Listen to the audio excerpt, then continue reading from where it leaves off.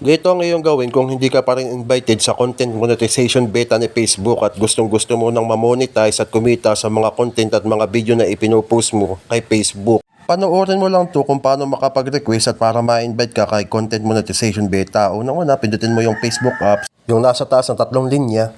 Pindutin mo, tapos pindutin mo yung iyong profile, yung bilog. Sa kanan may makikita kang tatlong tuldok, pindutin mo. Okay, tapos drag mo pataas, makikita mo din yung link ng iyong profile. Pindutin mo para makopy link. Kapag nakopy link mo na, syempre nakopy link mo na, balik ka na ulit. Tapos pindutin mo ulit yung tatlong linya dun sa taas. Tapos hanapin mo yung creator support. Pindutin mo yung creator support. At yan. Okay, makikita mo yung monetization dyan. Pindutin mo yung monetization. Tapos ito ang lalabas, makikita mo yung program eligibility. Pindutin mo. Tapos drag mo pataas.